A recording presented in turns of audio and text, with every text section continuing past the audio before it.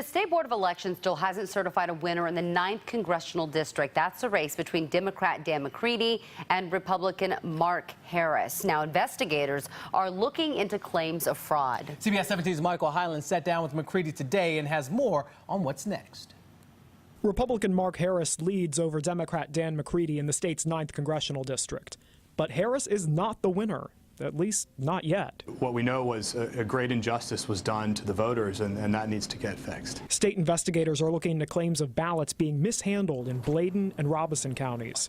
Specifically, they're looking at this man, McCrae Dowless, who Harris's campaign hired. Do you have specific evidence to support that Mark Harris himself did anything illegal in this campaign? What I've said is that there's a couple of options here. Either Mark Harris knew exactly what was happening as to the fraud, which, obviously if he did, then he should be in jail, or he turned a blind eye to fraud. But specifically tying Mark Harris to what happened, anything specific?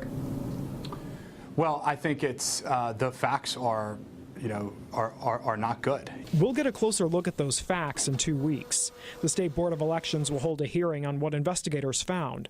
The board could order a new election. I even heard about how bad this guy McCrae Dowless was during the campaign. We were even worried about it. Republican Party Executive Director Dallas Woodhouse pushed back. But I would remind you that McCrae Dowless has not been charged with anything.